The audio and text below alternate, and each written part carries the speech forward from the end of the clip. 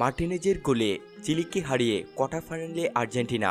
ম্যাচের 54 মিনিটের মাথায় মেসিকে ফাউল করায় সব গোপন তথ্য পাশ করে দিল মেসি নিজেই। জানতে পুরো ভিডিওটি স্কিপ না করে দেখতে থাকেন শেষ পর্যন্ত। 26শে জুন বুধবার সকাল 7টার দিকে চিলির বিরুদ্ধে মাঠে নেমেছিলেন আর্জেন্টিনা। 1-0 গোলে জয় হয় আর্জেন্টিনার। প্রথমতে গোলের জন্য 13টি শট নিয়েছিলেন আর্জেন্টিনা, 3টি পোস্টে রাখতে পারলেও গোল হয়নি। বিরতির পর আবারও পাল্টা আক্রমণ করতে থাকে আর্জেন্টিনা, আর আতঙ্কে থাকে চিলি। কিছু সময় পের হতেই আর্জেন্টিনার ভাগ্য খুলে গেল। 37তম জন্মদিনের কেক কেটে মাঠে নামায় নিউল্যান্ড মেসিও গোল দিতে পারছিল না চিলিকে।